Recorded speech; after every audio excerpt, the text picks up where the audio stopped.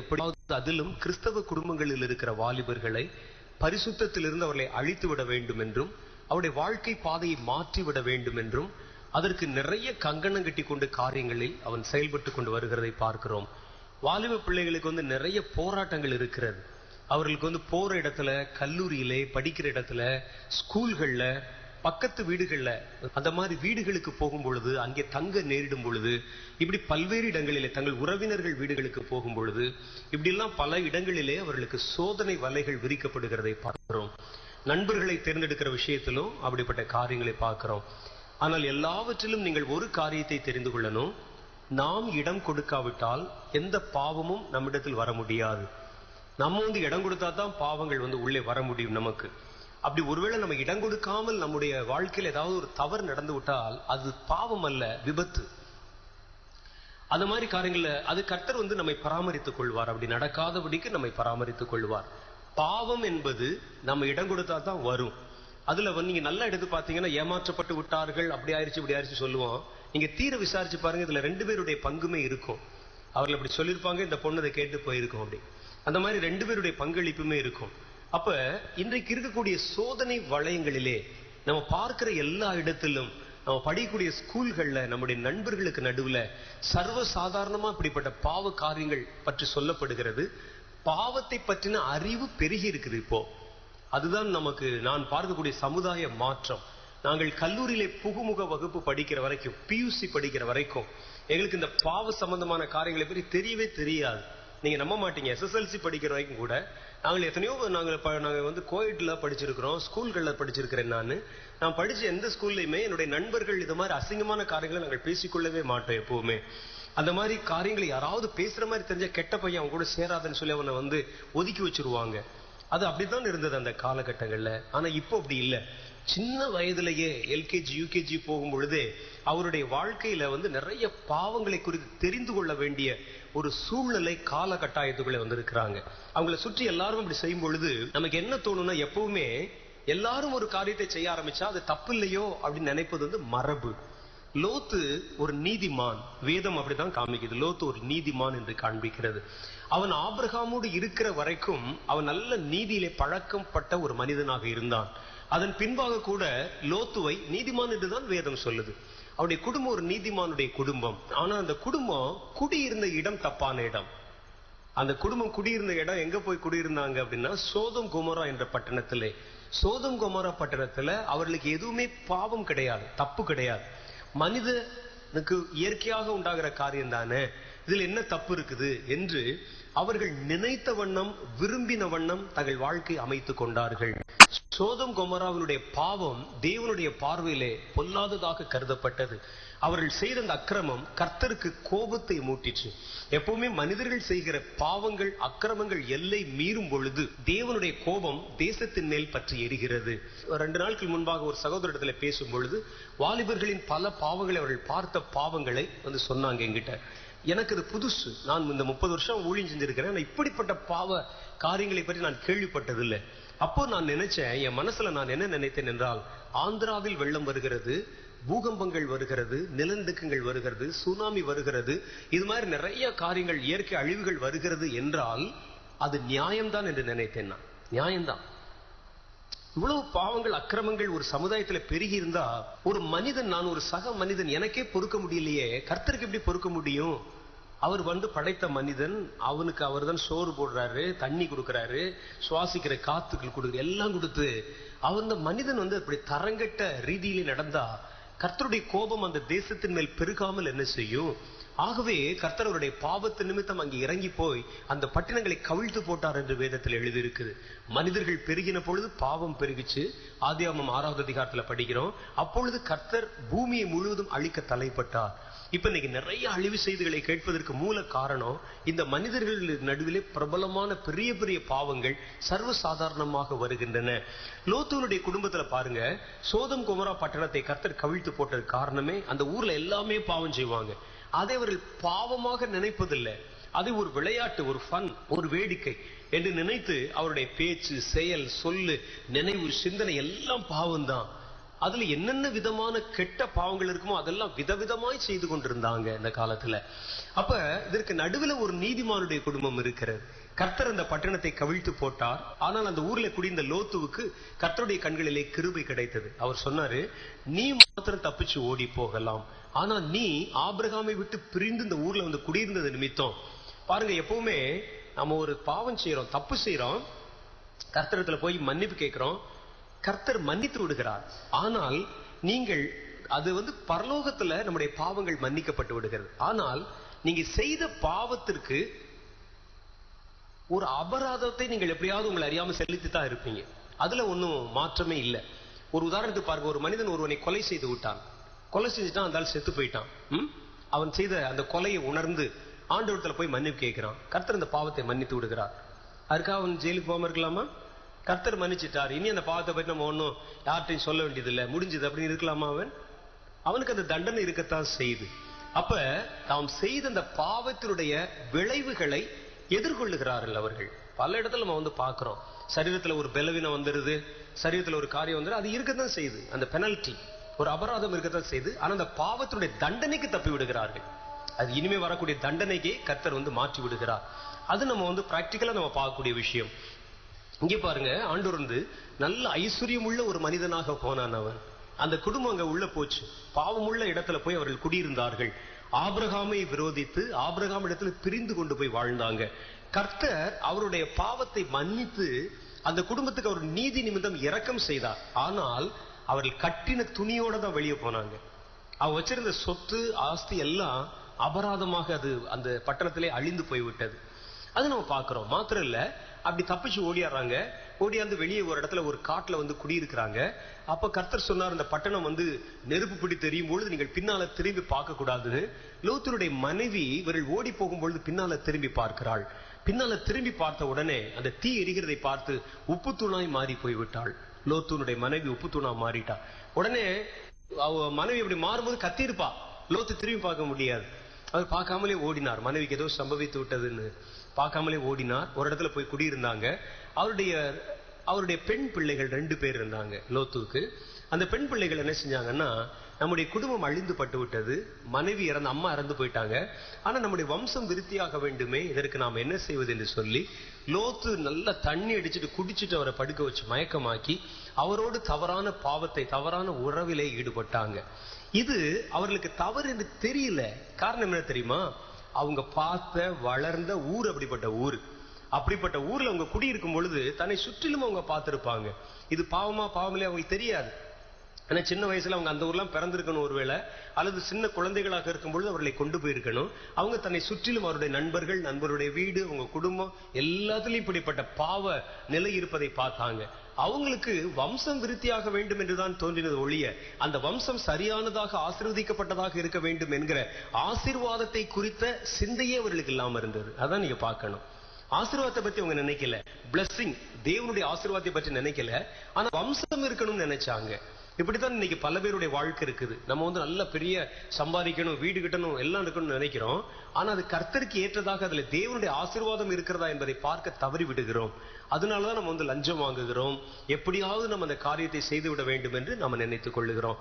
இப்படி அவங்க அந்த பாவம் வந்ததுக்கு காரணம் அவர்கள் வாழ்ந்த அந்த தேசம். அதே மாதிரி தான் இன்றைக்கு வாலிபர்கள் பலர் நம்ம இருக்கக்கூடிய இடம், நம்மை சுற்றிலும் நடக்கக்கூடிய காரியங்கள், அதிகமாய் நம்ம கேள்விப்படுற பார்க்கிற எல்லாம் அவனுடைய வீட்டுல இப்படிதான், இவங்களுடைய வீட்டுல இப்படிதான், இவ அவளை கூட்டிட்டு போயிட்டானா, அவன் உனக்கு இப்படியேதான் எப்ப பார்த்தாலும் கேட்கும் போது இது தப்பு இல்லை என்பது போல மனதிலே தோன்றுகிறது. மனிதர்கள் பெரும்பான்மையாய் ஒரு பாவத்தை செய்கிறார்கள் என்பதற்காகவோ, மனித சமுதாயம் அங்கீகரித்து விட்டது என்பதற்காகவோ அது பாவம் இல்லை என்று கடவுள் தீர்த்து விட்டார் என்பது பொருள் அல்ல. நீங்க இதெல்லாம் தெரிஞ்சுக்கிறணும். சுப்ரீம் கோர்ட்ல இந்த ஹோமோசெக்சுவல் என்று சொல்லுகிற ஓரின சேர்க்கை பாவம் இல்லை என்று சொல்லி உச்ச நீதிமன்றத்திலே தீர்ப்பு கொடுத்துட்டாங்க. இவங்க எல்லாம் சேர்ந்து தீர்ப்பு கொடுத்து விட்டார்கள் என்பதற்காக கர்த்தர் பைபிள் வசனத்தை மாத்திடுவாரா? சொல்லுங்க, மாத்துவாரா? மாத்த மாட்டா. மனிதர்கள் கூட்டமாய் கூடிக்கொண்டு பாவத்துக்கு அவர்கள் ஒத்துழைத்து அந்த பாவத்தை அங்கீகரித்து, இந்த பாவத்தை மனித சமுதாயத்தில் நாங்கள் அங்கீகரிக்கிறோம் என்று சொன்னாலும் பரலோகம் அதை அங்கீகரிக்காது என்பதை நீங்கள் தெரிஞ்சுக்கிறணும். மனிதர்கள் மெஜாரிட்டி கூடி தேர்ந்து எடுக்கிறது அங்கீகரிப்பது என்பது மனித மரபு, தேவ மரபு அல்ல. மனிதர்கள் மெஜாரிட்டி எல்லாருமே தப்பு செய்யறாங்க என்பதற்காக கர்த்தரை தவறை அங்கீகரித்து விடுவதல்ல. நாம தான் அப்படி வச்சிருக்கிறோம். மெஜாரிட்டியா ஓட்டு போட்டாங்க அப்படின்னு சொன்னா அவர் நமக்கு ஆட்சியாளர், அப்படிதான் நம்ம நினைக்கிறோம். மெஜாரிட்டியா எல்லாரும் ஒரு காரியத்தை செய்தால் அது சரி என்பது நம்முடைய மரபு. பரலோகத்துல மெஜாரிட்டி மைனாரிட்டிங்கிற கணக்கே கிடையாது. இந்த நோவாவின் காலத்துல அப்படித்தான் ரொம்ப குறைஞ்ச பேர், 8 பேர் நீதிமான்களாக இருந்தார்கள், நோவாவும் அவருடைய குடும்பத்தினரும். ஆனா உலகம் முழுசும் பாவம் செய்து கொண்டிருந்தது. அப்ப மெஜாரிட்டி பாவத்தில் இருந்தது, கர்த்தர் மைனாரிட்டி உத்தமத்தில் இருந்தது. கர்த்தர் மைனாரிட்டி தான் ஆசீர்வதித்தார். கர்த்தர் மைனாரிட்டி ஆசீர்வதித்தார்னு சொல்லக்கூடாது, மெஜாரிட்டி ஆசீர்வதித்தார்னு சொல்லக்கூடாது. எது சரியானதோ உத்தமமானதோ அதை அவர் அங்கீகரிக்கிறார். அல்லேலூயா. அப்ப நம்ம என்ன செய்யணும்னு சொன்னா, அவர்கள் அந்த பாவத்தில் ஈடுபடுகிறதை கண்டு நாமும் அதுல இன்வால்வ் ஆயிடக்கூடாது. எல்லாரும் தானே செய்யறாங்க, நம்ம செஞ்சா என்ன அப்படி சொல்லிடக்கூடாது. எல்லாரும் நரகத்துக்கு போனா நம்ம போயிட முடியுமா? அப்ப இதை நம்ம பார்க்கும் பொழுது நம்முடைய மனம் இந்த பாவங்களுக்கு இடம் கொடுத்து இழக ஆரம்பித்து விடுகிறது. அதான் இழக ஆரம்பித்து விடுது. பாவம் என்பது மற்றவர்களை பார்க்கிறதுனால நமக்குள்ள வரக்கூடியது. சில வியாதிகளை பார்த்தீங்கன்னா மற்றவர்களை பார்த்தாலே சில உணர்வுகள் நமக்குள்ள வரும். எங்கேயோ ஒரு இடத்துல ஒருவர் வாந்தி எடுத்துட்டு இருக்கிறாரு வச்சுங்க, சத்தத்தை கேட்டா நமக்கு வாமிட் வர மாதிரி இருக்கும். ஒரு 10 பேர் இங்கனுக்குள்ள வாந்தி எடுத்தா நமக்கு ஒரு மாதிரி வாமிட் வர மாதிரி இருக்கும். இதெல்லாம் அங்கே வருகிறது. ஒருவருக்கு மெட்ராஸை கண் வலி வந்துருச்சு, அந்த கண்ணை பார்த்த உடனே அடுத்த நிமிஷம் நமக்கு வந்துடும். கண்ணை பார்த்த உடனே இந்த மாதிரி பார்த்த உடனே வர்ற மாதிரி இருக்கு. பாவம் அப்படிப்பட்டதுதான். நம்ம அங்க பார்க்க அது அப்படியே நம்மை பற்றி கொள்ள ஆரம்பிக்கும். நம்மை சுற்றி இருக்கிற நண்பர்கள் சொல்லுவாங்க, எங்க வீட்டுல இப்படி நடந்துச்சு, அந்த வீட்டுல இப்படி நடந்துச்சு, ஊர்ல இப்படி நடந்துச்சு, அது பேப்பர்ல வருது, அது இதெல்லாம் பார்க்கும் பொழுது இதுல ஒண்ணு தப்பு இல்லையாக்கும் அப்படின்னு நினைக்க கூடாது. அதுல நம்ம ரொம்ப கவனமாக இருக்கணும். அப்ப இப்படி பாவத்தை பற்றின அறிவு இப்ப ரொம்ப பெருகி இருக்கிறது. அதுதான் காரணம். இன்றைக்கு பாவத்தை குறித்து தெரிந்து கொள்வதானால் ரொம்ப சுலபமான வழிகள் வந்து விட்டது. கையில வச்சிருக்கக்கூடிய செல்போன்ல பாவம் வந்து விட்டது, நம்ம வாசிக்கூடிய செய்தி தாள்களில் பாவம் வந்து விட்டது, நம்ம படிக்கக்கூடிய புத்தகங்கள்ல பாவம் வந்து விட்டது, இன்டர்நெட்ல பாவங்கள் வந்து விட்டது, சினிமால பாவங்கள் வந்து விட்டது, நடைமுறை வாழ்க்கையிலே பாவம் வந்து விட்டது, சுற்றியும் பாவம் நடந்து கொண்டே இருக்கிறது. அப்ப சமுதாயத்தினுடைய கட்டமைப்பெல்லாம் மாறி போச்சு. இப்போ முந்தி மாதிரி எல்லாம் இல்ல. வீட்டுல பாருங்க, செல்போனை வச்சுக்கிட்டு அவங்க பேசுறது. செல்போன் என்பது போன் என்பது பேசுறதுக்கு தானே. ஆனா இப்ப பாருங்க, போன் எல்லாமே செய்யுது. போன்ல போட்டோ எடுக்கிறானுங்க, போட்டோவை அனுப்புறாங்க, போன்ல ப்ரௌசிங் பண்றாங்க, போன்ல ஆபாசமான திரைப்படங்கள் படங்களை டவுன்லோட் பண்றாங்க, அதை ஒருவருக்குள்ள காண்பித்துக் கொள்ளுகிறார்கள், பேசிக் கொள்ளுகிறார்கள். இப்பெல்லாம் இந்த பாவங்கள் அதிகமாக பெருக ஆரம்பிக்கிறது. இப்படிப்பட்ட பாவ சமுதாயத்துக்கு நடுவிலே ஒரு வாலிபன் தன்னை கரைபடாமல் காத்துக் கொள்வது எப்படி? அதற்கு வழி இருக்கிறதா, வாய்ப்பு இருக்கிறதா என்பதை நம்ம தெரிந்து கொள்ளணும். நீங்கள் உங்கள் பிள்ளைகளுக்கு அதை சொல்லிக் கொடுக்கணும். இன்றைக்கு இருக்கக்கூடிய சமுதாயத்துல சாத்தான் செய்கிற ஒரு பெரிய ஒரு தீமை என்னன்னு கேட்டீங்கன்னா, சமுதாயத்தில் மனிதர்களுக்கு இருக்கக்கூடிய ஐக்கியத்தை முதல்ல உடைத்து விடுகிறான். நேரமின்மையை கொண்டு வந்து விடுகிறான். எப்பவுமே மனிதன் என்பவன் கூட்டாக வாழ, சமுதாய பிராணின்னு சொல்லுவாங்க. சமுதாயமாய் கூட்டமாய் வாழ்வதற்காக டிசைன் பண்ணப்பட்டவன் அவன். அவனால தனியா வாழ முடியாது. மனிதன் தனியா இருப்பது நல்லதல்ல. மனிதனுக்குள்ள பிரிவினைகள் வரும்பொழுதே அது தீமைக்கு தான் வழிவகுக்க ஆரம்பிக்கிறது. இப்ப பாத்தீங்கன்னா, மனிதர்கள் சமுதாயமாய் இருப்பதை போல தோன்றினாலும் மனிதர்கள் ஒருவருக்குள் ஒருவர் லிங்க் இல்லாம இருக்கிறது நம்ம பாக்குறோம். குடும்பத்துல அப்படித்தான் இருக்குது. குடும்பத்துல தாய் ஒரு பக்கம் வேலைக்கு போயிடுறாங்க, தகப்பனார் ஒரு பக்கம் வேலைக்கு போறாங்க, பிள்ளைகள் ஒரு பக்கம் ஸ்கூலுக்கு போயிடுறாங்க, அல்லது பிள்ளைகள் வேலைக்கு போறாங்க. ஒவ்வொருவரும் ஒவ்வொரு நேரத்துல வீட்டுக்கு வர்றாங்க. எல்லாரும் டயர்டா வர்றாங்க. ஒருவர் விசாரித்துக் கொள்ளவும், பேசிக்கொள்ளவும், காரியங்களை பகிர்ந்து கொள்ளவும் அவர்களுக்கு நேரமே இல்லாமல் போய் விடுகிறது. கிடைக்கிற அந்த நேரத்திலும் என்ன சமைப்பது, எப்படி என்ன சாப்பிடுவது, அவ்வளவுதான் யோசிக்கிறாங்க. அந்த கொஞ்ச நேரத்துல கால் நீட்டி படுக்கிறாங்க, அப்புறம் கொஞ்ச நேரம் வேலை செய்யறாங்க, அப்புறம் ராத்திரி படுத்து தூங்கிடுறாங்க. இது சாத்தான் சுலபமாக பாவத்தை குடும்பங்களுக்குள் கொண்டு வருவதற்கு ஒரு வழியாக, வாய்ப்பாக அமைந்து விடுகிறது. ஆனால் கிறிஸ்தவ குடும்பங்கள்ல எப்படி இருக்குன்னு கேட்டா, நிச்சயம் குடும்பங்கள்ல ஐக்கியம் என்பது இருக்கணும். ஐக்கியம் உடைஞ்சா அங்கே சாத்தான் வந்து விடுவான் எப்பவுமே. அது நீங்க நல்லா தெளிவா புரிஞ்சுக்கங்க. ஐக்கியம் என்பது சபை ஐக்கியத்தை மாத்திரம் இல்ல, மனிதர்களோடு மனிதர்களுக்கு இருக்கக்கூடிய அந்த ஐக்கியம் உடையும் பொழுது உள்ளே சாத்தான் உள்ளே நுழைஞ்சிருவான். ஒரு குடும்பத்திலே தகப்பனும் தாயும் முகம் கொடுத்து பேசிக்கொள்ள மாட்டார்கள் என்றால் 100க்கு 100 சொல்றேன், பிள்ளைகள் தருதலையாய் ஆகிவிடுவார்கள். ஒரு குடும்பத்துல பிள்ளைகளோடு பெற்றோர் சுமூகமான ஒரு உறவை வைத்து அவர்களோடு பேசிக்கொள்ளவில்லை ஆனால் பிள்ளைகள் கண்டிப்பா தருதலையாய் மாறி விடுவார்கள். அப்ப குடும்பத்துல நமக்கு ஒரு நேரம் இருக்கணும். அவர்களோட நம்ம பழகணும், அவர்களோட பேசணும், நண்பர்கள் போல பழகணும்.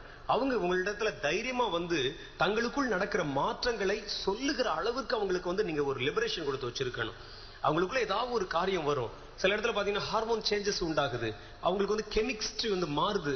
அவர்களுக்கு வந்து வயது வரும் பொழுது, அவருடைய வாழ்க்கை தன்மை மாறும் பொழுது அவங்களுக்குள்ள சில மாற்றங்கள் உண்டாக ஆரம்பிக்குது. அப்ப அவங்களுக்கு அது ஒரு மாதிரி புதுமையா தெரியுது. அதை உங்களிடத்துல வந்து பகிர்ந்து கொள்ளணும். அவங்க எனக்கு இந்த மாதிரி தோணுது, எனக்கு இந்த மாதிரி இருக்குது, அல்லது யாரோ ஒருத்தர் வந்து இந்த மாதிரி பேசுறான் பழகுறான் அப்படின்னு சொல்லும் பொழுது, முன்னெல்லாம் நான் எங்களை வந்து யாராவது தொட்டு பேசினா எங்களுக்கு ஒண்ணும் தெரியல, ஆனா இப்ப யாராவது தொட்டா ஒரு மாதிரி இருக்கு, என்னம்மா அப்படின்னு சொல்லி உங்ககிட்ட கேட்கிற அளவுக்கு இருக்கணும் உங்க பிள்ளைகள்.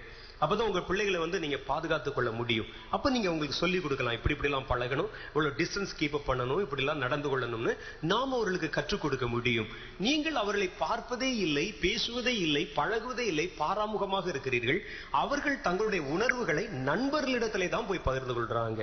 இப்ப இருக்கிற சூழ்நிலை பாருங்க, ஃப்ரெண்ட்ஸுக்கு தான் பேசுறாங்க எல்லாரும், பெண் பிள்ளைகளா இருந்தாலும் ஆண்களா இருந்தாலும். அந்த ஃப்ரெண்ட்ஸ் எப்படி இருப்பாங்க கேட்டா, அப்படியா அப்படிதான் வருதா, அதுக்கு என்ன செய்யணும்னு சொன்னான்னு சொல்லி அவன் தப்பான வழியை காண்பித்து கொடுத்து விட. இதுதான் நடக்கு.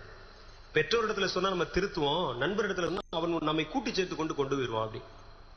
அப்படித்தானே? அதான் நடக்குது இப்போ. அதனால வீட்டுல நல்ல திறந்த கதவுகளை வையுங்கள், உங்கள் பிள்ளைகளோடு பேசுவதற்கு திறந்த கதவுகளை வையுங்கள். அடுத்து சில சொல்றாங்க, இதெல்லாம் நாங்க பார்க்கும்போது எங்க மனசுல அப்படியே அந்த ஆவல், அந்த காரியங்கள் அப்படி தோன்றிக்கொண்டே இருக்கிறது, பாவத்தில் அங்க விழுந்துடுறோம் அப்படின்னு சொல்றாங்க. வேதத்தில் ஒரு மனிதன் பாவத்திற்குள் விழுவதற்கு முன்பாக பல படிகளை பற்றி வேதத்துல சொல்லுது. அது ஒரே நாள்ல ஒரு நிமிஷத்துல போய் பாவத்துல விழுறதுல யாரும். வசனத்துல சொல்லுது, பின்பு இச்சையானது கர்ப்பம் தரித்து பாவத்தை பிறப்பிக்கும். இச்சை கர்ப்பம் தரித்து பிறப்பித்தல். கர்ப்பம் தரித்து பிறப்பது என்பது ஒரே நாளில் நடக்கும் விஷயம் அல்ல. கர்ப்பம் தரிக்கிறது ஒரே நாள்ல நடக்கலாம், அதுக்கு பிறகு கர்ப்பம் தரித்து அது வந்து பிறக்கிறதுங்கிறது ஒரே நாள்ல நடக்குமா? ஒவ்வொரு மிருகத்திற்கும் மனிதர்களுக்கும் வித்தியாசம் இருக்கிறது. சிலது வந்து 5 மாசத்துல வந்து தன்னுடைய கருவை வெளியேற்றி விடுகிறது, குழந்தை பெற்று விடுகிறது. சிலருக்கு மனிதர்களுக்கு 10 மாதம் ஆகிறது. அது மாதிரி இருக்குது. இதுக்கு வந்து பாவத்துக்கு ஒரு குறிப்பிட்ட டியூரேஷன் இருக்குது. இச்சையானது சமயம் பெற்று, கற்பனையில இச்சையானது கற்பனையிலே சமயம் பெற்று, இச்சை வந்து கற்பனையில தான் சமயம் பெறுதான். முதல்ல வர்ற இடம் கற்பனை. எப்பவுமே நீங்கள் வளர விட்டு அதற்கு பிறகு குழந்தை அழிக்கிறதுக்கு நீ யோசிக்கிற விட, அது வளர்றதுக்கு முன்னாலே நீங்க யோசிக்கணும். அது உள்ளே முதல்ல உங்களுடைய நினைவுகளில் நுழையும் பொழுதே நீங்கள் அதை கவனப்படுத்தி விட வேண்டும். அந்த பாவம் என்பது ஒரே நாள்ல நடந்துகிற விஷயம் அல்ல. அப்ப கற்பனை என்பது, இமேஜினேஷன், நம்முடைய சிந்தனை என்பதை முதல்ல நீங்கள் சரியாய் வைத்து விட்டால், அந்த இடம் சரியா இருந்துச்சுன்னா அப்புறம் உங்களுக்கு எல்லாமே சரியாய் மாறிவிடும்.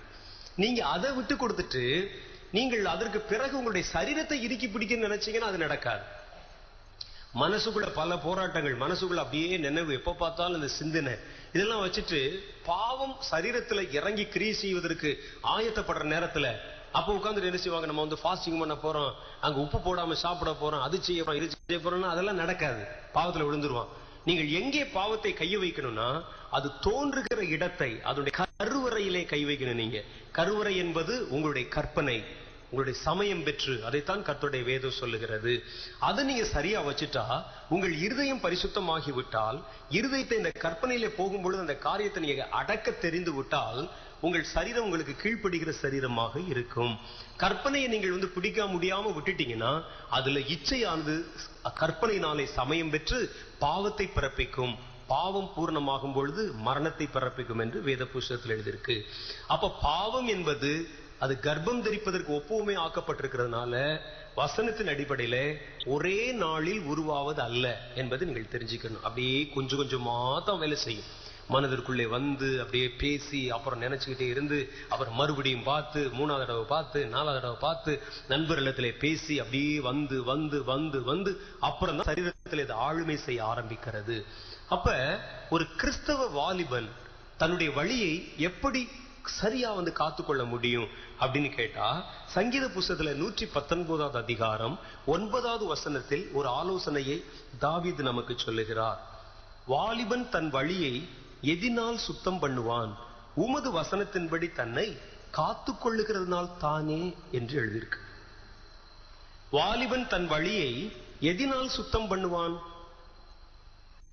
நம்ம போற இந்த நடக்கிற பாதை எதனால் சுத்தம் பண்ணுவான்னா, ஒரு பெருக்கு மரம் வச்சு சுத்தம் பண்ணுவான். வாழ்க்கை சுத்தம் பண்ணா எப்படி சுத்தம் பண்றது? அதுக்கு அவர் சொல்றாரு, அதை சுத்தம் பண்ணக்கூடிய ஏஜென்ட் என்னன்னு கேட்டீங்கன்னா, நம்ம எப்படி ஒவ்வொன்றுக்கும் ஒவ்வொரு காரியங்களை வச்சிருக்கிறோம். ஒவ்வொன்றும் ஒவ்வொரு நாள் தான் சுத்தமாக முடியும். உடம்ப சுத்தப்படுத்துறதுக்கு சோப்பு, துணியை சுத்தப்படுத்துறதுக்கு சோப்பு, ஆனா 2 வேற வேற சோப்பு. இதை கொண்டு அதுல போட்டீங்கன்னா, அதை கொண்டு இதுல போட்டீங்கன்னா, உடம்புக்கு போடுற சோப்பு கொண்டு துணியில போட்டு, துணிக்கு போடுற சோப்பு எடுத்து முகத்துக்கு போட்டீங்கன்னா தோலே கையோட வந்துடும். என்ன, ஆனா ரெண்டுமே கிளீனிங் தானே. அது மாதிரி ஒவ்வொன்றுக்கும் ஒவ்வொன்னு வச்சிருக்கிறோம். எதை எதை எப்படி எப்படி சுத்தப்படுத்தணும். வீட்டுல நம்ம சாப்பிட்ற தட்டை கழுவுறதுக்கு ஒரு பவுடர் வச்சிருக்கிறோம். வீட்டுல இருக்கக்கூடிய நம்முடைய அந்த சானிட்டரி காரியங்கள், நம்முடைய இந்த டாய்லெட், பாத்ரூம் இவைகளை கழுவுறதுக்கு அதுக்கு வேற ஒண்ணு வச்சிருக்கிறோம். இப்படி ஒவ்வொன்றுக்கும் ஒவ்வொன்று வச்சிருக்கிறோம். கர்த்தர் சொல்றாரு இந்த இடத்துல, வாலிபன் அது மாதிரி தன் வழியை சுத்தப்படுத்துவதற்கு என்ன இருக்கிறது அவனுக்கு இந்த உலகத்துல என்றால், உமது வசனத்தின்படி தன்னை காத்து கொள்ளுகிற நாள் தானே. அப்படின்னா அது ஒண்ணுதான் வழி. வசனத்தின்படி தன்னை காத்து கொள்ளுகிறதுனால தான் தன்னை சுத்தப்படுத்த முடியும். அதை தவிர வேறு விதங்களிலே அவன் வழியை சுத்தப்படுத்திக் கொள்ள, தன்னை காத்து கொள்ள முடியாது. அப்ப முதல்ல என்ன செய்யணும், வசனமும் பரிசுத்தமும். வாலிபருடைய வாழ்க்கையில வசனத்துக்கு முக்கியத்துவம் நீங்க கொடுக்கணும். அந்த வசனத்தின் மூலமாய்த்தான் உங்களுக்கு பரிசுத்தம் கிடைக்கிறது என்றால், அந்த வசனம் எவ்வளவு பிரதானமா உங்களுடைய வாழ்க்கையில இடம்பெற்றிருக்க வேண்டும் என்பதை நீங்கள் தான் தீர்மானம் செய்து கொள்ள வேண்டும். அப்ப வசனத்தை முதல்ல உங்களுடைய இருதயத்துல ஆழமாய் பதித்து வையுங்கள். சங்கீத புஸ்தகத்தில் 119வது அதிகாரத்துல 11வது வசனம் சொல்லுது, வசனத்தை நாம் எப்படி எல்லாம் கையாள வேண்டும் என்பதுல நிறைய காரியங்கள் சொல்றார். அதுல சொல்றாரு, நான் உமக்கு விரோதமாய் பாவம் செய்யாதபடி உம்முடைய வாக்கை என் இருதயத்தில் வைத்து வைத்தேன். ஏன்னா அந்த இருதயத்தில் இருந்துதான் கற்பனை புறப்படுகிறது. இயேசு சொன்னார், மனிதனுடைய வாய் வழியாய் உள்ளே போகிற எதுவும் அவனை தீட்டுப்படுத்தாது, அவன் இருதயத்திலிருந்து புறப்படுகிறவைகளை அவனை தீட்டுப்படுத்தும். அப்ப மனிதனை தீட்டுப்படுத்துறது எங்க இருந்து வருதான்? இருதயத்திலிருந்து தான் வருதான். எந்த இடத்துல இருந்து வருதோ அந்த இடத்துல கொண்டு வை என்று கர்த்தர் சொல்லுகிறார். எந்த இடத்துல இருந்து அந்த அசிங்கம், எந்த இடத்துல இருந்து அந்த அக்கிரமமான கிரியைகள் வருகிறதோ இருதயத்திலிருந்து தானே வருதுன்னு சொன்னா. இருதயமே மகா கேடுள்ளதும் திருக்குள்ளதுமாய் இருக்கிறது. மனிதனுடைய இருதயத்திலிருந்து பொல்லாத நினைவுகளும் விபச்சாரங்களும் வேசித்தனங்களும் புறப்பட்டு வரும், அவைகளே அவனை தீட்டுப்படுத்தும் என்று இயேசு சொல்லி இருக்கிறார். அப்ப எந்த இடத்திலிருந்து புறப்படுதோ அந்த இடத்துல வெடி வைங்க, அந்த இடத்துல கொண்டு அந்த வசனத்தை வைங்க. சிலர் தங்கள் வசனத்தை தங்களுடைய ஞாபகத்திலே வைத்திருப்பாங்க சிலர். ஆனா அவர் சொல்றாரு, இருதயத்திலே வையுங்கள். இருதயத்துல அது புறப்படுற இடம், கற்பனையான சபம் பெறுகிற இடம், அதை உங்களுடைய உள்ளத்தின் ஆழத்திலே பதித்து வையுங்கள். அதை தாண்டி கொண்டுதான் இந்த பாவம் உள்ள இருந்து வரணும். அப்படி வரும் பொழுதே அதை அப்படியே கருவறுத்து விடும், அதை அழிச்சிடும். அது இந்த புற்றுநோய் பாத்தீங்கன்னா, சிலருக்கு இந்த புற்றுநோய் அப்படியே வளர ஆரம்பிக்கும். அப்படி வளரும். அதுக்கு இந்த ரேடியத்துல ஒரு சிகிச்சை கொடுப்பாங்க. அதுக்கு ஒரு சின்ன ஒரு கருவியை கண்டுபிடிச்சாங்க. அது ஆனா இப்ப அவ்வளவு நடைமுறையில் இருக்க மாதிரி தெரியல. அதுல இருந்து இந்த ரேடியம் கதிர்கள் உள்ளே புறப்பட்டு கொண்டு வரும். இந்த அளவுக்கு அது வளர ஆரம்பிச்சோன்னு அதான் வெட்டி விட்டுட்டே இருக்குமா, அப்படி வெட்டிருமா. அந்த மாதிரி இந்த கதிர்களை கொண்டுதான் அதை வெளியேற்ற முடியுமா போல, இப்போ இந்த வார்த்தைகள், கர்த்தருடைய வார்த்தைகளை நீங்கள் எந்த இடத்துல இருந்து அது புறப்படுகிறதோ அந்த இடத்துல போட்டு வைங்க அப்படின்னு எழுதியிருக்கு. இன்னைக்கு நம்ம வசனத்தை நோட்ல வச்சிருக்கிறோம், அல்லது கையில வச்சிருக்கிறோம், அல்லது நம்முடைய நாக்குல வச்சிருக்கிறோம், நாவுல வச்சிருக்கிறோம். என்னைக்கு அது இருதயத்துல போகுதோ, இங்க இருந்தெல்லாம் பாவம் புறப்படுகிறது இல்ல. பாவம் புறப்படுற இடம் இருதயம். அப்ப அவர் சொல்றாரு, உமது வாக்கை என் இருதயத்தில் வைத்து வைத்தேன், அதை பதிச்சு வச்சேன். அதை தாண்டி கொண்டுதான் இது எழும்ப வேண்டும். அது எழும்பவே ஒட்டாது. இது அந்த வசனம் இருதயத்தின் ஆழத்தில் நிறைந்திருக்கிறது. கர்த்தருடைய வார்த்தையினால ஒரு மனிதனுடைய இருதயம் நிரம்ப ஆரம்பித்து விட்டால் பாவசினை அதிலிருந்து வரவே முடியாது. நாம இன்னைக்கு வசனத்தை பயன்படுத்துற பாருங்க, இருதயபூர்வமா உள்ளபூர்வமா நம்ம செய்யறது இல்ல. உதட்டளவிலே பேசுகிறோம், எழுத்தளவிலே எழுதுகிறோம், மற்றபடி அது வேறு நாம வேறு என்று வாழ்கிறோம். அது எப்போ நம்முடைய இருதயத்திலே பதித்து வைக்கப்படுகிறதோ அப்பொழுதுதான் அங்கிருந்து புறப்படுகிற பாவத்திலிருந்து ஒரு விடுதலையை கொடுக்கிறது. நான் உமக்கு விரோதமாய் பாவம் செய்யாதபடிக்கு. நான் எதுக்காக பதிச்சு வச்சேன் அப்படின்னா, பாவம் செய்யாதபடிக்கு. அப்போ அதுல நமக்கு விடை சொல்லி இருக்கிறார். பாவம் செய்யாமல் இருப்பதற்கு இருதயத்தை வசனத்தினால் நிரப்புங்கள். இருதயத்தை இச்சையினால நிரப்பும் பொழுதுதானே பாவம் வருது. அது நீங்க வசனத்தினால நிரப்பிட்டா அந்த இடத்துல இச்சையானது நிரம்புவதற்கு இடமே இல்லாமல் போய்விடும். சும்மா ஏதோ ஒரு நினைவு வரலாம், ஒரு வார்த்தை வரலாம், அவ்வளவுதான். ஆனால் அது உள்ளே உட்கார்ந்து கூடு கட்ட முடியாது. ஏன்னா உள்ள வசனம் நின்று விட்டது.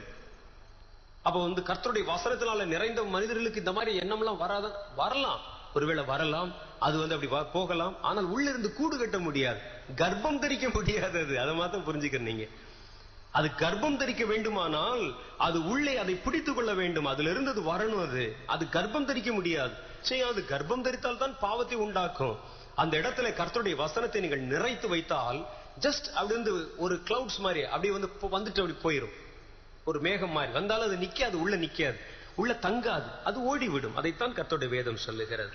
அவர் சொல்றார், அப்போ வசனத்தை வாலிபர்கள் அல்லது மனிதர்கள் பயன்படுத்த வேண்டிய முறை என்ன? வசனத்தை எப்படி பயன்படுத்தணும்? எதுக்கு?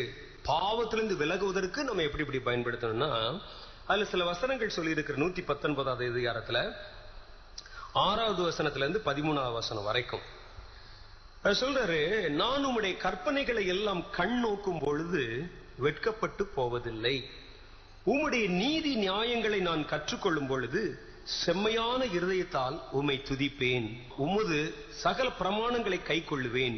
முற்றிலும் என்னை கைவிடாதேயும். வாலிபன் தன் வழி எதனால் சுத்தம் பண்ணுவான்? உமது வசனத்தின்படி தன்னை காத்துக் கொள்ளுகிறதுனால் தானே. என் முழு இருதயத்தோடு உம்மை தேடுகிறேன். என்னை உமது கற்பனைகளை விட்டு வழி தப்ப விடாதேயும். நான் உமக்கு விரோதமாய் பாவம் செய்யாதபடி உமது வாக்கை என் இருதயத்தில் வைத்தேன். கர்த்தாவே, நீ ஸ்தோத்தரிக்கப்படத்தக்கவர். உம்முடைய பிரமாணங்களை எனக்கு போதியும். உம்முடைய வாக்கின் நியாயத்தீர்ப்புகளை என் உதடுகளால் விவரித்திருக்கிறேன். அப்ப இதுல வந்து அவங்க என்ன சொல்றாங்கன்னா, கர்த்தரை எப்பொழுதும் உங்களுடைய கண்கள் அவர் மேல் நோக்கமா இருக்கணும். ஒண்ணு, கர்த்தருடைய கற்பனைகளை உங்களுடைய கண்கள் பார்வையில வைக்கணும். ஏன்னா கண் வழியா தான் பாவம் உள்ளே நுழைகிற வாசல். பாவம் நுழைகிற வாசல் வந்து கண்ணு. அப்ப அதுக்காக கண் பார்வை இல்லாதவங்க எல்லாம் பாவம் செய்ய மாட்டாங்களா அப்படின்னு கேட்க கூடாது. அதனுடைய நுழைவாயில் என்பது கண்ணு. ஆனா மற்ற உணர்வுகள் வழியாக, காதுகள் வழியாக எல்லாத்துலயும் போகும். ஒரு ஆள் வந்து உள்ள நுழையணும்னா அந்த வாசல் வழியா உள்ள நுழையணும். வாசல் கதவை பூட்டி வைத்து விட்டால் உள்ளே நுழைய முடியாதா? ஜன்னலை திறந்துட்டு உள்ள வந்துடுறானே, போக கூண்டு வழியா உள்ள வந்துடுறானே, அப்படி வரும். அதனால பிரதான வாசல் என்பது கண்ணு. அப்ப இந்த கண் எப்பொழுதும் என்ன செய்யணும்னா, கர்த்தருடைய பிரமாணங்களை நோக்கி கொண்டிருக்க வேண்டும் என்று அதுல போட்டிருக்கு. அடுத்து அவருடைய பிரமாணங்களை கற்றுக்கொள்ள வேண்டும். நம்ம எப்பவும் கற்றுக்கொள்ள ஆரம்பித்தா தான் வசனத்தை நம்ம ஆழமாக படிக்க ஆரம்பிப்போம். சும்மா மனப்பாடம் பண்ணாம கற்றுக்கொள்ளுகிற மனநிலையிலே நம்ம படித்துக் கொள்ளணும். மூணாவது வந்து வசனத்தை என்ன செய்யணும்னா கை கொள்ளணும். கை கொள்ளணும்னா அந்த வசனத்தை நம்முடைய வாழ்க்கையிலே அபியாசப்படுத்தி பார்க்க வேண்டும். அடுத்து தேவனை முழு இருதயத்தோடு தேடணும். அப்புறம் அவருடைய வசனத்தை பதிச்சு வைக்கணும். நாலாவது என்னன்னா, அவருடைய வார்த்தையின் தீர்ப்புகளை மற்றவர்களுக்கு உதடுகளால் விவரித்து சொல்லணும். இதெல்லாம் நீங்கள் செய்தால் பாவம் வருகிற வாசல்களை நீங்கள் தடை செய்து விடுகிறீர்கள். கண் அவரை பார்க்குது, இருதயத்தில் இந்த வசனம் இருக்குது, நாவுகள் அதை வசனிக்கிறது, உங்கள் வாழ்க்கை அதை பயிற்சி களமாக்கி கொள்ளுகிறது. இது 4 செஞ்சுட்டா, இது இந்த நாள் தான் வாசல். இந்த வாசல் எல்லாம் கர்த்தருடைய வசனத்தை வச்சுட்டீங்கன்னா பாவம் உள்ளே நுழையவே முடியாது, நுழைவதற்கு வழியே இல்லை. அப்ப கர்த்தரை கொண்டு நாம் பரிசுத்தம் அடைவது எப்படி அப்படின்னா, முதல்ல வாலிபர்கள் கவனிக்க வேண்டியது, நீங்கள் எப்பொழுதும், எப்போ ஒரு மனிதன் பாவம் செய்கிறான்னா கர்த்தர் தன்னோடு இல்லை என்கிற ஒரு மனநிலை அவன் உணரும் போதுதான் பாவம் செய்கிறான். வேதத்துல போட்டிருக்கு, கர்த்தரை எப்பொழுதும் என் முன்பாக வைத்திருக்கிறேன். பாவம் செய்யாம இருக்கனா என்ன செய்யணுமா? கர்த்தரை எப்பொழுதும் என் முன்பாக வைத்திருக்கிறேன் என்று நம்ம சொல்லணும். சங்கீத புஸ்தகத்துல 16வது அதிகாரம் 8வது வசனத்தில் அவர் சொல்லுகிறார், கர்த்தரை எப்பொழுதும் எனக்கு முன்பாக வைத்திருக்கிறேன், அவர் எனது வலது பாரிசத்தில் இருக்கிறபடியினால் நான் அசைக்கப்படுவதில்லை. காலையில் எந்திரிச்சோன்னே இதை 4 இடம் சொல்லி பாருங்க. கர்த்தரை எனக்கு முன்பாக வச்சிருக்கிறேன், என் வாழ்க்கையில வச்சிருக்கிறேன், அவர் வசனத்தை என் இருதயத்துல வச்சிருக்கிறேன், நான் அசைக்கப்படுவதில்லை சொல்லுங்க.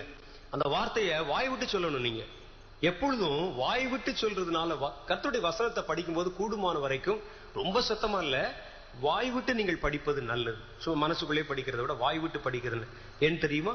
நீங்கள் உங்கள் வாயிலே இந்த வசனங்களை வாசிக்கும் பொழுது அது உங்களுடைய காதுகளிலே கேட்கிறது, காதுகள்ல வந்து கேட்குது. அப்ப ரெண்டுக்கும் இப்ப நம்ம வந்து பயிற்சி கொடுக்க ஆரம்பிச்சிடும். வாய் வசனத்தை உச்சரிக்கிறது, காது அந்த வசனத்தை கேட்கிறது, ரெண்டும்.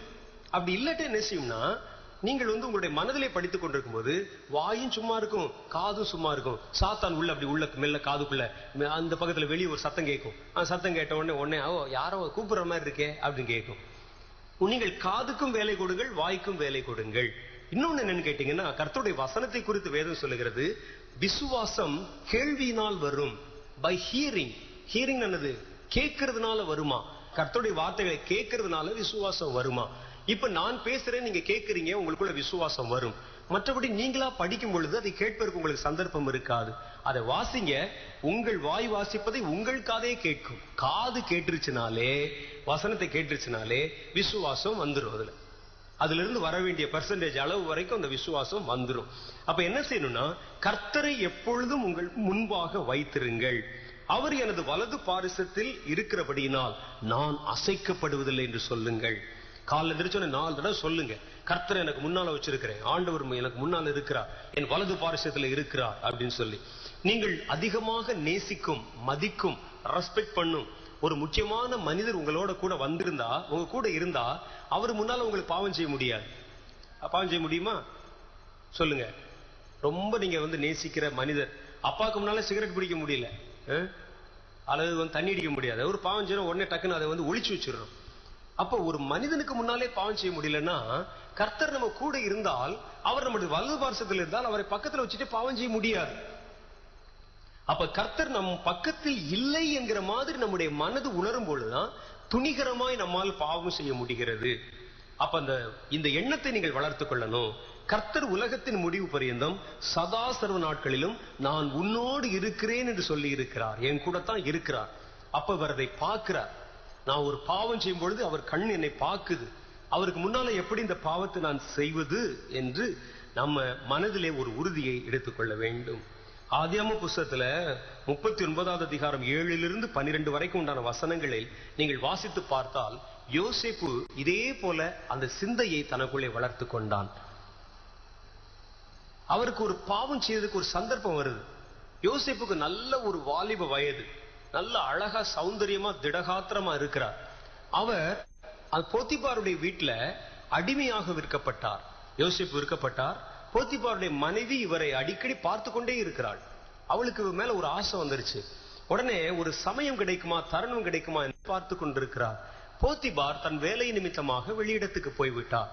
ஒரு நல்ல ஒரு வாய்ப்பு அமைகிறது. அந்த அமைகிற நேரத்துல அந்த பொண்ணு பாவம் செய்யும்படிக்கு யோசேப்பை அழைக்கிறாள். இதுதான் காட்சி. இதுல அவர் சொல்றார் பாருங்க, ஆகையால் அவன் அந்த போத்திபார் தனக்கு உண்டானதை எல்லாம் யோசேப்பின் கையிலே கொடுத்து விட்டு, தான் புசிக்கிறதுக்கு போஜனம் தவிர தன்னிடத்தில் இருந்த மற்றொன்றை குறித்தும் விசாரியாதிருந்தான். யோசேப்பு அழகான ரூபமும் சௌந்தரிய முகமும் உள்ளவனாக இருந்தான். சில நாள் சென்ற பின்பு அவனுடைய எஜமானின் மனைவி யோசேப்பின் மேல் தன் கண்ணை போட்டு, என்னோடே சயனி என்றாள். அவனோ தன் எஜமானுடைய மனைவியின் சொல்லுக்கு இணங்காமல் அவளை நோக்கி, இதோ வீட்டிலே என்னிடத்தில் இருக்கிறவைகளில் யாதொன்றை குறித்தும் என் ஆண்டவன் விசாரியாமல் தமக்கு உண்டான எல்லாவற்றையும் என் கையிலே ஒப்புவித்திருக்கிறார். இந்த வீட்டிலே என்னிலும் பெரியவன் இல்லை. நீ அவருடைய மனைவியாயிருக்கிறபடியினால் உன்னை தவிர வேறொன்றையும் அவர் எனக்கு விலைக்கு. இப்படி இருக்க நான் இத்தனை பெரிய பொல்லாப்புக்கு உடன்பட்டு தேவனுக்கு விரோதமாய் பாவம் செய்வது எப்படி என்றான். அவர் அதில் செஞ்சது பாருங்க. முதல் காரியம், பாவம் உங்களை அழைக்கும் பொழுது அதன் சொல்லுக்கு நீங்கள் இணங்காதீர்கள். பாவம் இப்படி ஆள் கூட்ட மாதிரி கூப்பிடல கூட, சரீரத்திலிருந்து கொண்டு கூப்பிடும், செய்யி செய்யி செய்யின்னு சொல்லி கூப்பிடும். பாவத்தின் சப்தம் உங்களை அழைத்தால் அதுக்கு செவி கொடுக்க இணங்காதீங்க. நீங்க இணங்காதீங்க. பார்த்தீங்களா, மனைவியின் சொல்லுக்கு இணங்காமல், போத்திபார் மனைவியின் சொல்லுக்கு அவன் செவி கொடுக்காமல், பாவம் பேசும்போது நீங்க உட்கார்ந்து அப்படி கேட்டுட்டே இருக்கீங்க, இன்னும் கொஞ்சம் சொல்லுவேன், நல்லா இருக்கே, நீ நினைக்கும் போது நல்லா இருக்கே, அப்படி நினைக்கிறதுனால தான் பாவத்தின் சொல்லுக்கு இணங்கினால் பாவத்திலே விழுந்து விடுவீர்கள். இந்த பாவம் இப்படித்தான் பேசிக்கொண்டே இருக்கும். முதல்ல பாருங்கள், ஏவாள் இடத்துல பேசி மூலமா தான் பேச்சு பேச்சு பேச்சு பேச்சின் மூலமாக அவளுடைய இருதயத்தை சாத்தான் கவர்ந்து கொண்டான். அந்த ஏவாள் செய்த பாவம் என்ன? சாத்தானுடைய சொல்லுக்கு இணங்கினாள். அவள் இணங்கினாள். அப்படியா அப்படியா உண்மைதானே என்று சொல்லி அவள் அதை கேட்டு அதை ஏற்றுக்கொண்டாள். இவன் அவள் சொல்லுக்கு இணங்கவில்லை, அதை கேட்கவில்லை. கேட்க மாட்டேன் போ அப்படின்னு சொன்னான். அந்த வார்த்தையை உதாசீனப்படுத்தினான், மறுத்தான். மறுக்க பழகுங்கள். முதல்ல பாவம் வரும்பொழுது மறுக்க பழகுங்க. இரண்டாவது, பாவம் செய்ய உங்களுக்கு சந்தர்ப்பம் வரும்பொழுது உங்கள் சூழ்நிலையை கவனிங்கள். முதல்ல சூழ்நிலையை கவனிங்க. இவர் பாருங்க, அந்த சூழ்நிலையை சொல்றார் பாருங்க. இந்த வீடு முழுவதும் என் கையில் இருக்கிறது, என் எஜமான் என்னை நம்பி இருக்கிறார், இந்த சூழ்நிலையிலே நான் பாவம் செய்வது எப்படி? அந்த சூழ்நிலையை கவனிங்க. நீங்க யார் என்பதை முதல்ல தீர்மானம் பண்ணுங்க. நீங்க நான் ஒரு குடும்ப தலைவன், என்னை நம்பி 2 பிள்ளைங்க இருக்கிறாங்க, எனக்கு ஒரு புருஷன் இருக்கிறான், அல்லது எனக்கு ஒரு மனைவி இருக்கிறாள், அவர்களுக்கு செய்ய வேண்டிய கடமை இருக்கிறது. இதெல்லாம் விட்டுட்டு நான் போய் தண்ணி அடிக்கிறது எப்படி? நினைச்சான செய்வான் அவன்? யோசிச்சு பாருங்க, நினைச்சான செய்வானா? ஒரு பெண்ணை, இப்ப நான் கொஞ்ச நாளுக்கு முன்னாடி படிச்சேன், சேலத்துல ஒரு பெண்ணிடை இன்னொரு வாலிபன், ஒரு திருமணமான ஒரு பெண்ணு, அவளுக்கு 2 குழந்தைகள், அவருடைய மாப்பிள்ள வேற ஒரு ஊர்ல வேலை செய்யறாரு. இவர்களிடத்துல எப்படி ஒரு தொடர்பு ஆகிவிட்டது. அவன் இவளை பார்த்து சொல்றான், நாம் எப்படியாவது இந்த வீட்டை விட்டு தப்பிச்சு ஓடி போயிடலாம், அதற்கு தடையாயிருப்பது என்ன? உன்னுடைய குழந்தையை கொன்னுட்டு நீ வந்துட்டீன்னா நம்ம தப்பிச்சு ஓடி போயிடலாம் அப்படின்னு சொல்றான். இவள் அவனுடைய வார்த்தைக்கு செவி கொடுத்து இணங்கி தன்னுடைய நிலைமை மறந்து, தன்னுடைய குழந்தையை மறந்து, அவனோடு இனிமையாய் வாழப்போகிறோம் என்று நினைத்து அந்த குழந்தையை கொலை பண்ணிட்டா. 2 பிள்ளைகளை, ஒரு பிள்ளை கிணத்துல தள்ளி, இன்னொரு பிள்ளை கழுத்து நெரிச்சு கொலை பண்ணிட்டா அந்த பொண்ணு. கடைசியில போலீஸ் அரெஸ்ட் பண்ணிருச்சு. அவள் ஒரு நிமிஷம் நினைச்சு பாக்குறான்னு வச்சுங்க, குழந்தை ஒருவனோடு ஓடினா நம்ம வாழ முடியுமா? நம்ம சூழ்நிலை எப்படி இருக்கு? இந்த சூழ்நிலையை பற்றி நினைக்காத நேரத்துலதான் உள்ள விழுந்துடுறாங்க. போய் அங்க உள்ள போய் பாத்தீங்கன்னா பல இடத்துல இந்த குடிகாரர்கள் போய் உட்கார்ந்து இருப்பான். வீட்டுல கடன் வாங்கிட்டு மனைவி கட்டிருக்கிற அந்த மாங்கல்யத்தை, தாலியை கொண்டு விற்று அதில் தண்ணி அடிச்சு வாங்கி குடிச்சு, பிள்ளைகள் பாத்தீங்கன்னா பரட்ட தலையோட எண்ணெய் வைக்காம வெளியே சோற்றுக்காக அலைந்து கொண்டிருப்பாங்க. இவன் போய் சம்பாதிக்கிற பணத்தெல்லாம் கொண்டு போய் போட்டுருவான். நம்முடைய சூழ்நிலையை நீங்கள் உணர்ந்தால் பாவம் செய்ய மாட்டீங்க. முதல்ல நீங்க என்ன சூழ்நிலையில் இருக்கீங்க உணரணும். எனக்கு சமுதாயத்தில் என்ன அந்தஸ்து இருக்கிறது, எனக்கு என்ன கடமை இருக்கிறது, எனக்கு ஒரு குடும்பம் இருக்கு, எனக்கு 2 பிள்ளைகள் இருக்குது, சமுதாயத்துல நான் நிம்மதியாய் வாழ்ந்து கொண்டிருக்கிறேன், எனக்கு ஒரு கௌரவம் இருக்கிறது, எனக்கு நான் செய்வதற்கு சில கடமைகள் இருக்கிறது. இந்த பாவம் ஒரு நிமிஷத்துல அப்படி வரும் பொழுது நமக்கு அது என்னமோ அதுதான் முக்கியம் என்பது போல தோன்றும். இதுக்காக என்ன வேண்டுமானாலும் செய்யலாம் போல தோணும், அப்படி காரியங்களா நடத்தலாம் போல தோணும். அப்படி வரும் பொழுது கொஞ்சம் நிதானித்து நீங்கள் யார் என்பதை யோசியுங்கள். முதல்ல உங்களுடைய சூழ்நிலைக்கு இது சரி வருமானு பாருங்க. உங்களுடைய பிரச்சனை என்ன, நீங்கள் யார் என்பதை பாருங்கள். உங்களுக்கு ஒரு வீடு இருக்கு, கடமை இருக்குது. சில இடத்துல அப்படித்தான் வாலிப பிள்ளைகளை பார்த்து எங்கேயாவது ஒரு இடத்துல நிறைய பேப்பர்ல படிக்கிறோம். உடனே அவங்க சொல்லுவாங்க, அப்பா விட்டு வந்துரு, அம்மா விட்டு வந்துரு, நான் உன்னை கரை சேர்க்கிறேன், காப்பாத்துறேன் அப்படின்னு சொல்லி. அவளுக்கு 2 தங்கச்சி இருப்பாங்க.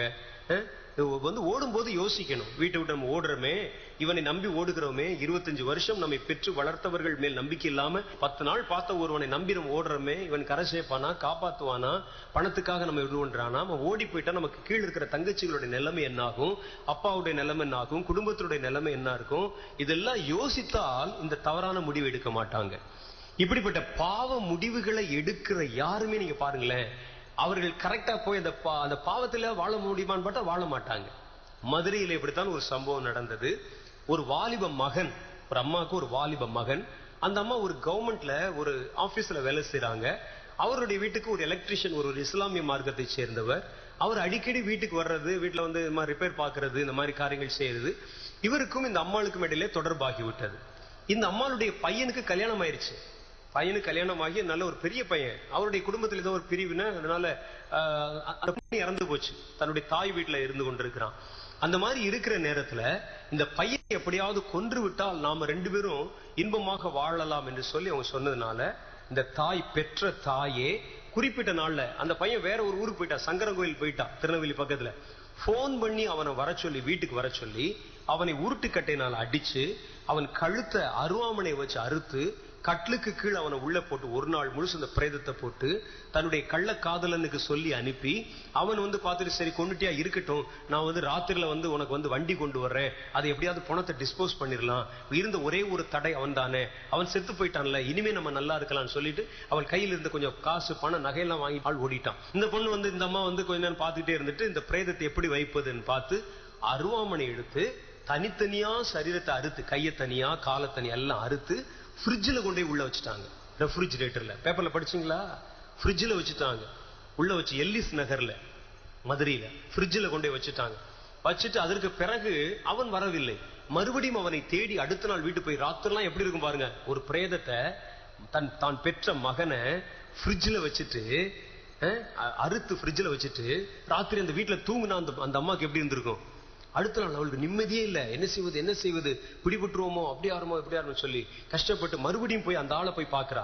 அவன் ரோட்ல எங்கேயோ ஒரு இடத்துல நின்று கொண்டிருக்கிறான், அவன் நல்லா கஞ்சா குடிக்கிறவன்.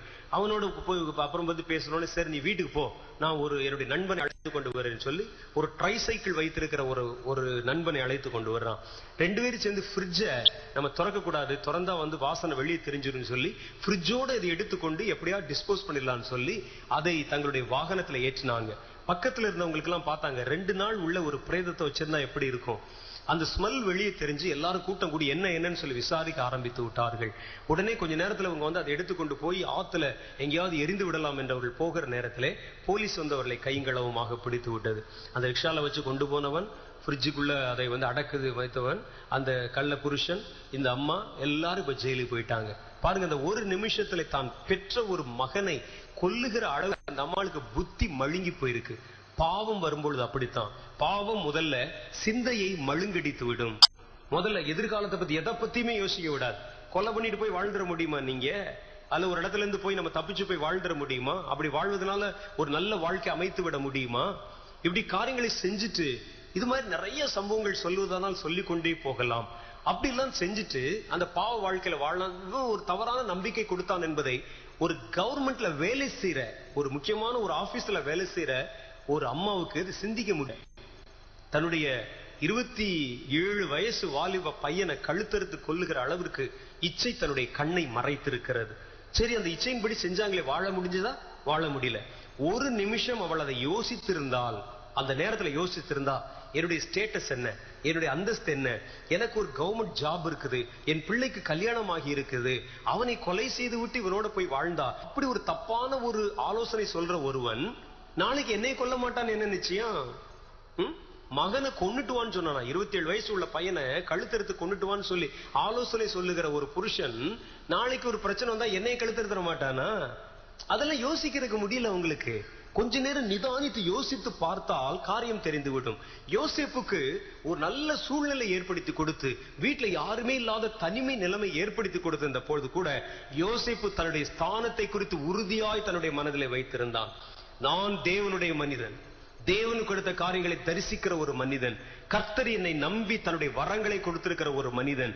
இதே மனிதன் தன் வீட்டை நம்பி என் கைகளிலே கொடுத்திருக்கிறான். இந்த வீட்டுல என்னை ஒரு அதிகாரி போல வைத்திருக்கிறான். என்னுடைய சூழ்நிலை எப்படி இருக்குது, இப்படி இருக்க நான் எப்படி பாவம் செய்ய முடியும் என்று தன் சூழ்நிலையை உணர்ந்தான். நீங்க பாவம் செய்யறதுக்கு போறதுக்கு முன்னால ஒரு நிமிஷம் நீங்கள் யார் என்பதை கொஞ்சம் நினைச்சு பாருங்க. நீங்க யாரு, உங்களுடைய பின்னணி என்ன, உங்களுக்கு என்னென்ன கைகள் கொடுத்து, இதெல்லாம் நீங்க நினைக்காம வெறும் அந்த பாவத்தை பற்றி மாத்திரம், நம்ம இப்படி செய்ய போறோம் அப்படி செய்ய போறோம் அதாக பாவத்தை பற்றி மாத்திரம் நினைக்கிறனாலதான் அவர்கள் பாவத்திலே விழுந்து போய் விடுகிறார்கள். பாவம் வரும்பொழுது முதல்ல நீங்க யாரு நினைங்க, அந்த பாவம் அப்படி விலகிறது நீங்க பாப்பீங்க. வேதம் சொல்லிட்டு பாவம் இப்படித்தான் பேசிக்கொண்டே இருக்கும். செய் பார் பார் குடி அப்படின்னு சொல்லி அந்த மனதில் வந்து பேசிக்கொண்டே இருக்கும். அந்த சொல்லுக்கு இணங்காமல் நீங்க பேச ஆரம்பிச்சிருங்க. நீ சொல்றது சரிதான், இந்த பாவம் இனிமையானதுதான், பாவம் இன்பமானதுதான். ஆனால் அதை செய்தால் அதுல பின்பு வருகிற விளைவுகள் இருக்கிறது பாரு, அது என்னுடைய தகுதிக்கு ஏற்றது அல்ல. நான் கடவுளுடைய மனிதன், நான் தேவனுடைய ஊழியக்காரன், கர்த்தரை பார்க்கிற மனிதன், தேவனோடு பேசுகிறவன். என்னை குறித்து ஒரு பெரிய வாக்குத்தத்தம் சொல்லப்பட்டிருக்கிறது. நான் இந்த தேசத்தை முழுவதும் ரட்சிப்பதற்கும் காப்பாற்றுவதற்கும் அவர்களுக்கு ஆகாரம் கொடுப்பதற்கும் கர்த்தர் என்னை வேறு பிரித்திருக்கிறார். அதை தரிசனத்தின் மூலம் கர்த்தர் எனக்கு வெளிப்படுத்தி இருக்கிறார். அதெல்லாம் அவருடைய மனதில் இருந்தது. அதோடு கூட அவர் சொல்றாரு, இந்த வீட்டை என்னை நம்பி போத்திபார் கொடுத்திருக்கிறார். என்னுடைய ஸ்தானம் எப்படி பாரு, மற்ற வேலைக்காரர்கள் எல்லாருக்கும் மேல என்னை உயர்த்தி வைத்திருக்கிறான். நான் எப்படி பாவம் செய்யறது, நாளைக்கு எப்படி தலை குறிந்து வந்து நிற்கிறது என்று சொல்லி தன்னுடைய நிலையை சுட்டி காண்பித்து, மூணாவதவன் என்ன சொன்னான் பாருங்க, முதல்ல இணங்காதீங்க, உங்க சூழ்நிலை நினைங்க. நாலாவது, இத்தனை பெரிய பொல்லாங்குக்கு உடன்பட்டு செய்ய போற அந்த பாவத்தினுடைய கனத்தை புரிந்து கொள்ளுங்கள். பாவத்தின் கனம் அவர் சொல்ல பாத்தீங்களா, இத்தனை பெரிய பொல்லாங்கு. அவள் விபச்சாரம் பண்ணுவதற்கு தன்னை அழைக்கிறாள். அவர் சொல்றான் இத்தனை பெரிய பொல்லாங்கு, அதோடைய கனம் அவனுக்கு தெரியுது. நீ நினைக்கிறது சாதாரணமான விஷயம் என்று, உன் புருஷனை ஏமாற்றுவது உனக்கு சாதாரணமான விஷயம், ஆனால் எனக்கு என் தேவனை ஏமாற்றுவது பெரிய கடினமான விஷயம். இது பெரிய பொல்லாங்கு, இதனுடைய கனம் உனக்கு தெரியல, எனக்கு தெரியும். பாவத்தின் கனத்தை உணர்ந்து கொள்ளுங்கள். பாவத்திற்கு நீங்கள் செலுத்த வேண்டிய விலைக்கிரயத்தை உணர்ந்து கொள்ளுங்கள். அது எத்தனை பெரிய பொல்லாங்கு என்பதை உங்களுடைய இருதயத்திலே கொண்டு வாங்க. இதை செய்யறதுனால எத்தனை பெரிய விதமான தவறுகளுக்குள்ளே போய் சிக்க போகிறோம் என்கிற அதனுடைய அந்த கனத்தை முதல்ல புரிந்து கொள்ளுங்கள். அதிலிருந்து வருகிற இன்பத்தை மாத்திரம் பார்க்காதீங்க, அதிலிருந்து வரக்கூடிய கனம் அது எத்தனை பெரிய பொல்லாங்கு என்பதை நிதானித்து வைத்திருங்கள். இந்த பாவத்தினால நான் எவ்வளவு பெரிய விலைக்கரைத்தை கொடுக்க வேண்டும் என்பதை நிதானித்து வைத்திருங்கள். இத்தனை பெரிய பொல்லாங்குக்கு உடன்பட்டு 4வது சொல்றார், தேவனுக்கு விரோதமாய் பாவம் செய்வது எப்படி அப்படின்னா என்ன சொல்றார்? தேவனுக்கு விரோதமாய், தேவன் என் கூட இருக்கிறார், அவர் கண்ணுக்கு முன்னால நான் எப்படி இந்த பாவத்தை செய்யறது? பாவம் செய்வது தேவனுக்கு விரோதமான செய்கை என்பதை மனதிலே பதித்துக் கொள்ளுங்கள். நீங்க நினைக்கிறீங்க பாவம் செய்யறது நம்முடைய இன்பத்திற்காக நீங்கள் நினைக்கிறீங்க. பாவம் செய்வது தேவனுக்கு விரோதமானது. அவர் சொன்னார், தேவனுக்கு விரோதமாக நான் செய்வது எப்படி? கர்த்தர் எனக்கு முன்பாக நிற்கிறார், கர்த்தர் என் கூட இருக்கிறார் என்பதை நம்ம தெரிந்து கொள்ளணும்.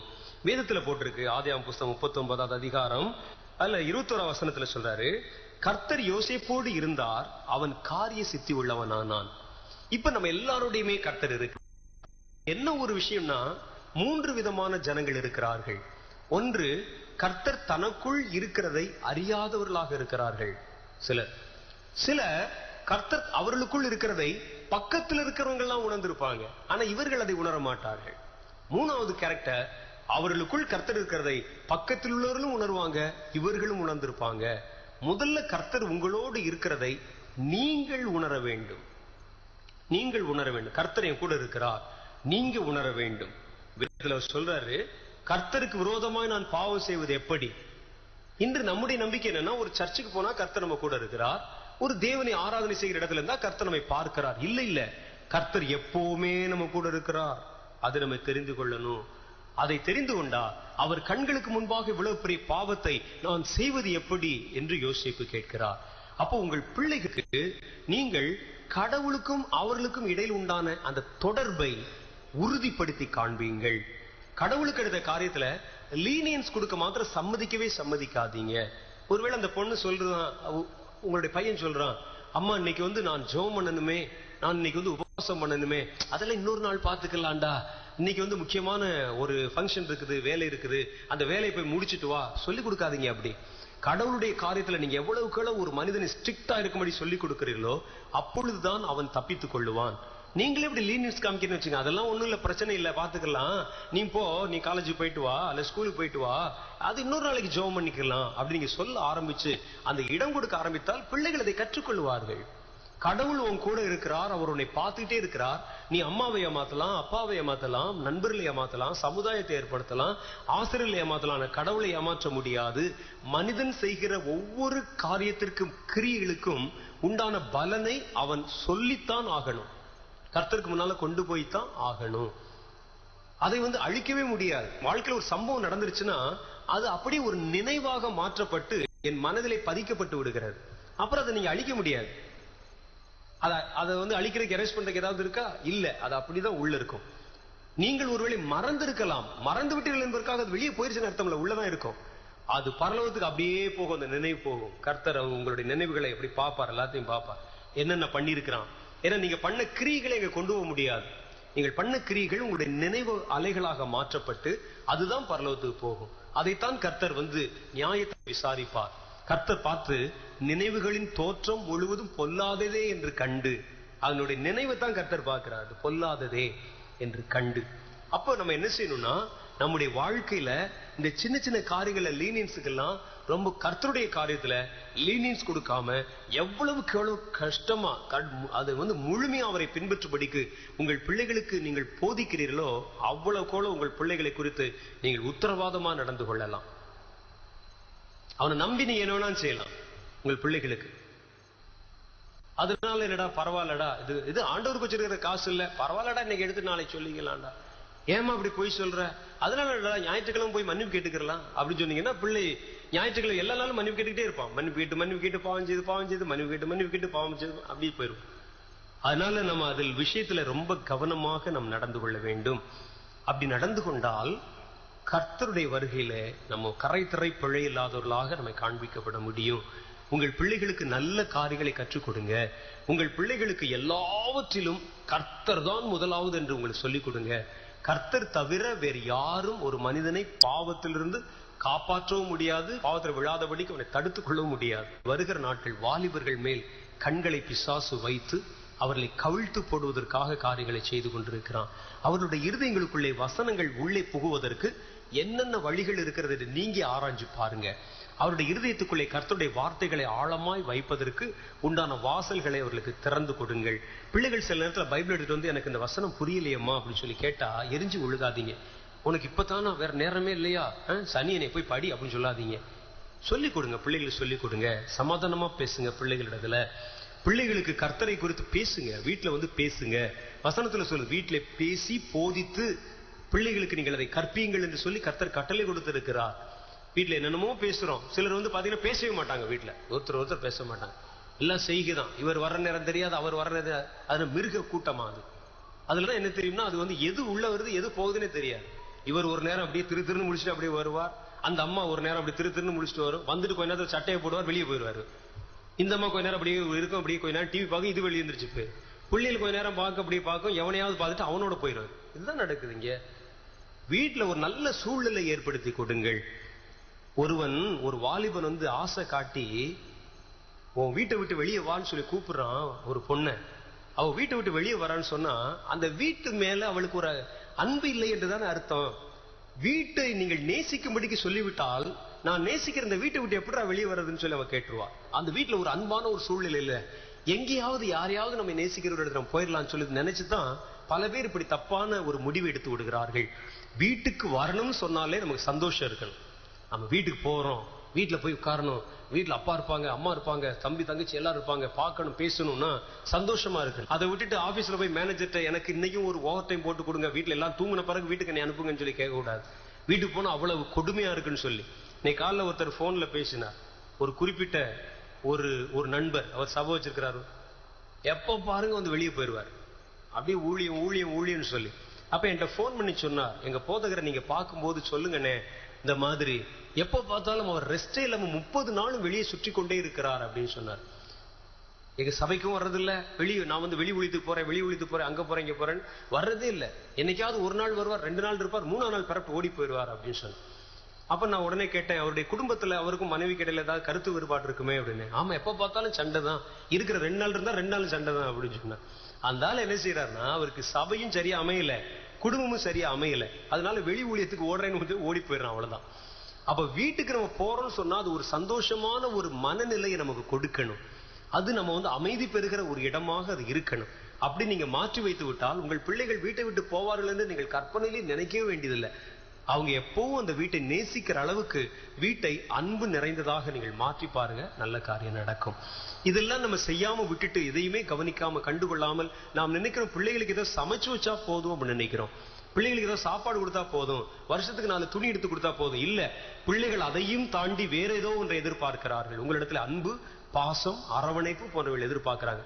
அதை கொடுக்காம உனக்கு என்ன வேணும், ஏன் கத்திக்கிட்டே இருக்க, சாப்பாடு தானே, அதை எடுத்து வச்சிருக்கேன் டேபிள்ல, தின்னுட்டு போ அப்படின்னு சொன்னீங்கன்னா வீடு யோசித்து பாருங்கள். அப்ப எப்படி அந்த பிள்ளைக்கு வீட்டுக்கு வர்றதுக்கு எப்படி வந்து ஒரு மனநிலை வந்து எப்படி வந்து சரியா வரும்? இதெல்லாம் செஞ்சுட்டு கடைசியில வந்த உடனே வந்து நிப்பாங்க, என்னன்னு தெரியல, நான் நல்லா தான் வளர்த்தேன், எல்லாம் தான் செஞ்சேன் பாருங்க, துணி துவச்சு கொடுத்தேன், அது செஞ்சு கொடுத்தேன், இது செஞ்சு கொடுத்தேன், சாப்பாடு செஞ்சு வச்சேன், எல்லாம் தான் செஞ்சு வச்சு, இதுக்கு மேல நான் என்னதான் செய்யறது, இந்த மாதிரி எங்க தலையில வந்து மண்ணெளி போட்டு ஓடி போயிட்டாலே அப்படின்னு சொன்னா என்ன செய்வது? நம்ம பக்கத்துல பல 1000 பிரச்சனை இருக்கு. ஆகவே குடும்பத்தை நீங்கள் ஒரு நல்ல ஒரு அன்பு நிறைந்த நேசிக்கக்கூடிய ஒரு இடமாக மாற்றிக்கொள்ளுங்கள். யாருமே வீட்டை விட்டு வெளியே போக மாட்டாங்க. அல்லேலூயா. கர்த்தர் உங்களை ஆசீர்வதிப்பார். நேயர்களே, இந்த வாருங்கள் தொழுவோம் நிகழ்ச்சி உங்களுக்கு மிகவும் பிரயோஜனமா இருந்திருக்கும். நீங்கள் பெற்ற ஆசீர்வாதங்களையும் எங்களுக்கு தொடர்ந்து